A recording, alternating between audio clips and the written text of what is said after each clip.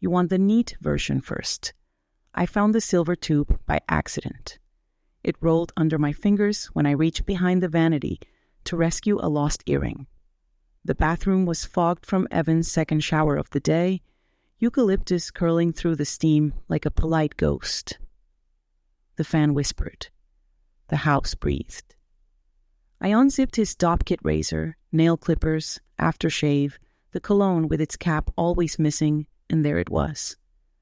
Satin silver, matte, expensive in that quiet way some things have, premium men's personal lubricant, long-lasting, for men. The cap's edge bore tiny scratches from being twisted on and off. A translucent crescent had dried along the seam. I stood, and the room tilted a few degrees, as if the floor had decided, without telling me, to slope. I tell you this first because the truth did not begin with a fight. It began with the small sound of a zipper, and my heartbeat stumbling once, then finding a new rhythm it would have to keep. But I didn't live here all at once. I arrived by a slow road. 3 months earlier it snowed for the second time, and this time it stuck, sugaring our block and making the city look like someone had added brightness in post. I make ads for a living, coffee roasters, ski shops, a craft soda company with labels that winks. So I notice light. I also notice schedules. I'm a producer. I like when things land where they're supposed to. Evan sells enterprise software, which is to say he talks about pipeline and integrations and flies to cities with beige conference centers. He is good at charming rooms. He once made a surly TSA agent laugh hard enough to wave us through with a wink. For years, that was my favorite parlor trick, watching doors open for him. The first crack was not a bang. It was the smell of chlorine when he kissed my cheek after late lifting at the gym. "Cool down laps," he said lightly, tossing his keys in the bowl by the door. "Coach's new routine." He flipped his phone in his hand so the screen faced his palm.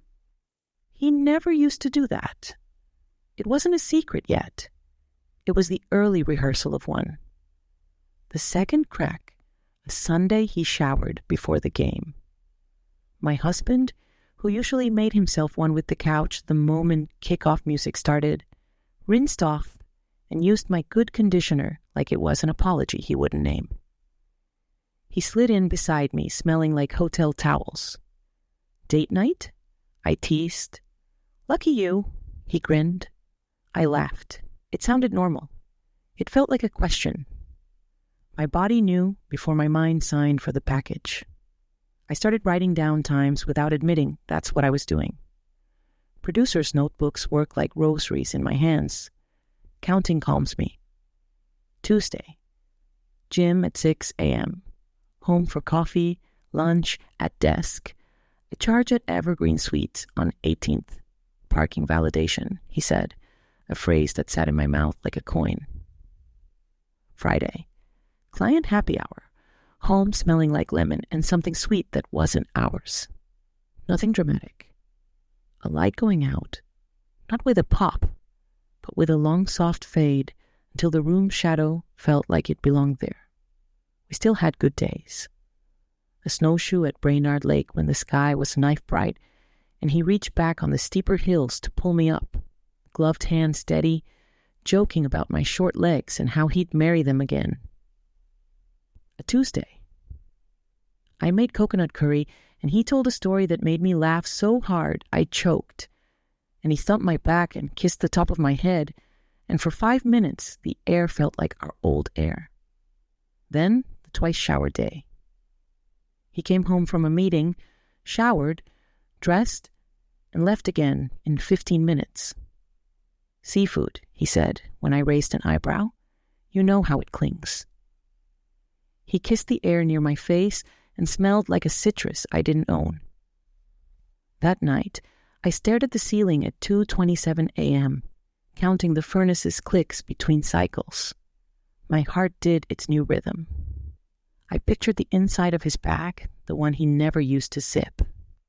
In the morning, I opened it because some part of me wanted to be wrong, and you can't be wrong in theory. You have to be wrong in the light. Satin silver. Premium. For men. I didn't cry. I didn't scream. The person in the mirror above the sink had my face and a new bright steadiness in her eyes. I put the cap back on. I sipped the kit. I placed it exactly where it had been. Then I called Nina. If I have ever saved my own life, I owe part of it to the friends who answered on the first ring.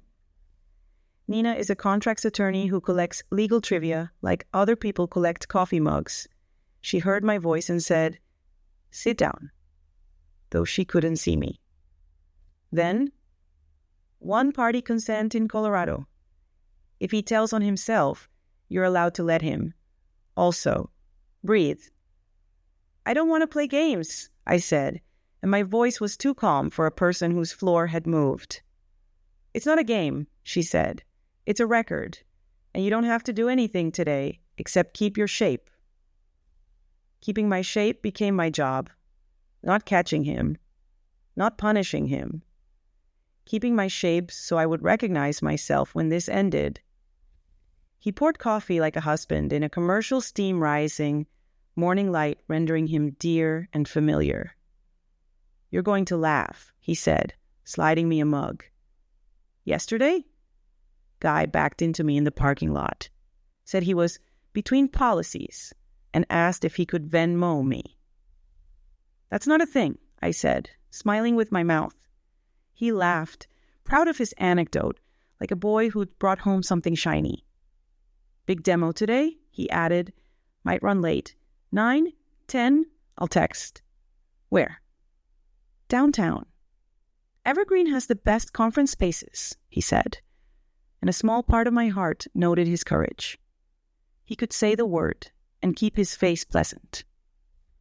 I admired the technique almost as much as I hated the reason for it.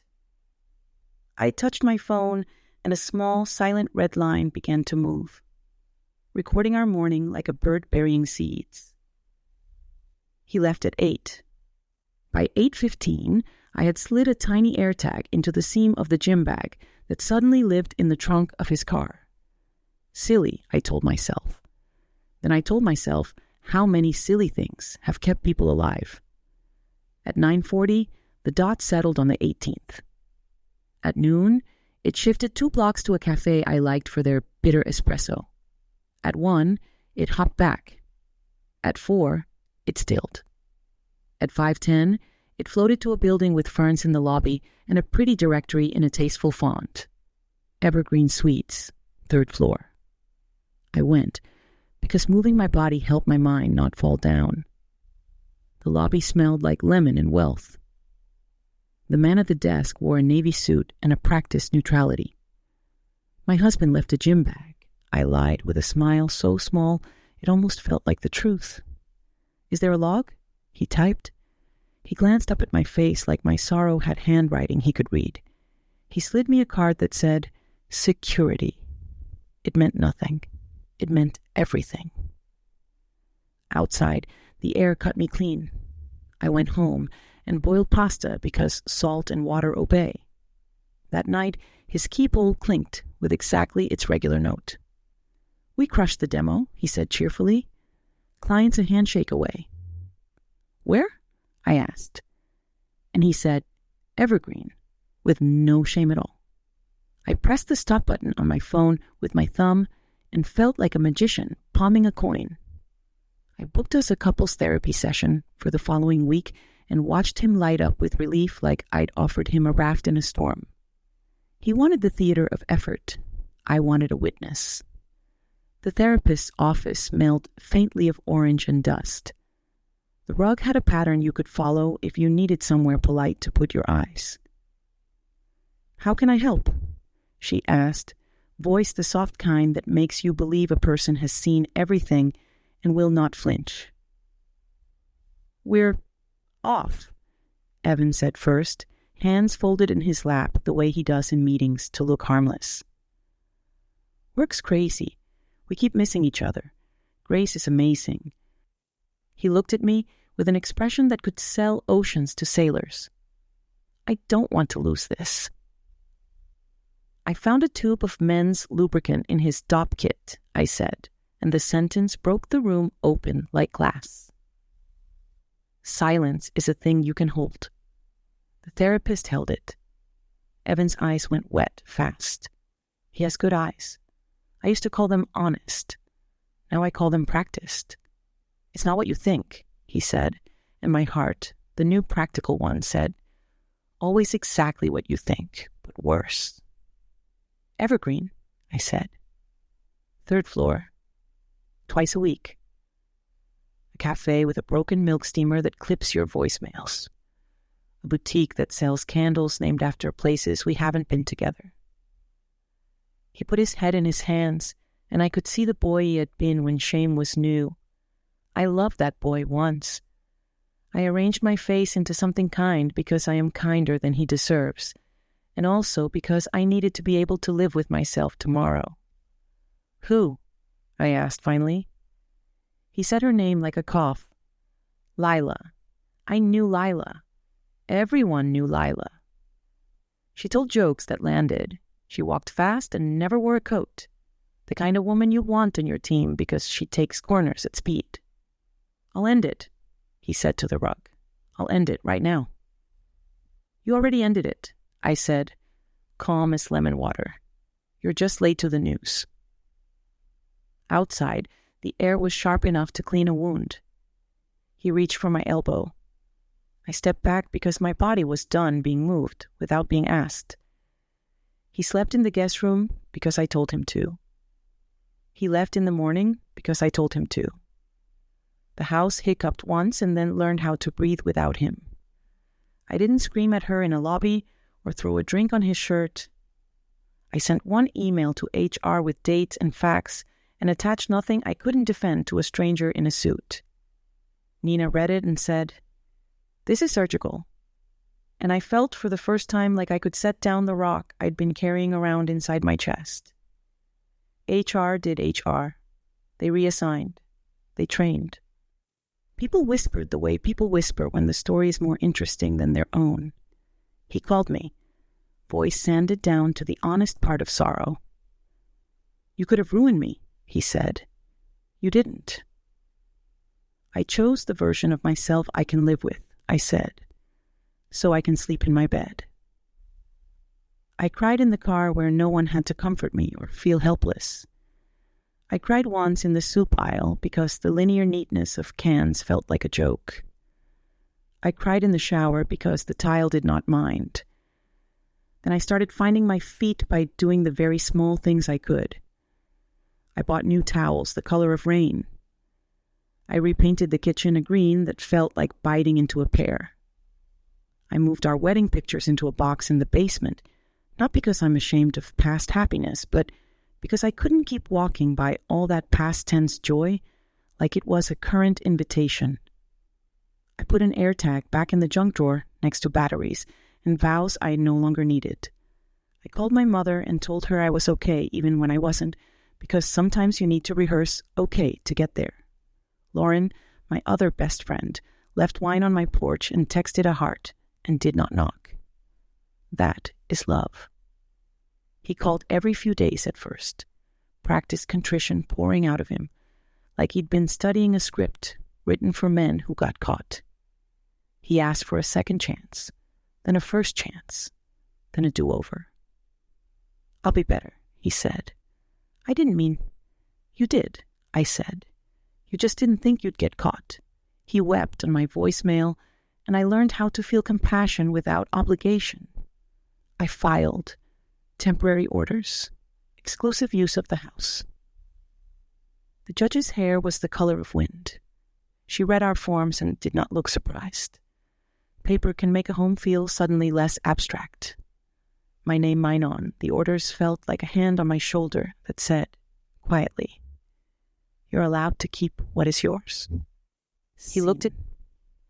2 months later, I stood in a restaurant with high ceilings and old skiing photos, my boss's retirement party sticking to the air like hairspray and meat. I felt fine. Then I didn't. Evan walked in with his team. Lila, 2 steps behind, less a shadow than a person. My stomach flipped, like it remembered something my brain wanted to forget. Nina's hand found my elbow. "Do you want to leave?" she asked. "No," I said, and was surprised to find that I meant it. I can stand in a room with my own spine. He approached, palms open, mouth already forming my name. "Grace," he said, and it was a plea and a memory. "Evan," I said, and it was neither. He looked at me like a man mapping a house he used to live in. "I ended it," he said, and glanced behind him in apology to both of us. "We ended it." "Good," I said, "for HR." He half laughed, pained. "I'm sorry," he said quietly, and for once there wasn't a hook in it. "Not just for doing it, for thinking of you as stationary, like I could move and you'd stay. I have never loved him more and less than in that moment." "I know," I said. "That's the part that took the longest to forgive." "Did you?" he asked, boyish hope cracking his voice. "No," I said truthfully, but I forgave me for staying as long as I did. Lila stepped forward, surprising me with the steadiness in her voice. "I'm sorry," she said. "I told myself a story where I wasn't responsible for the whole. That story was wrong."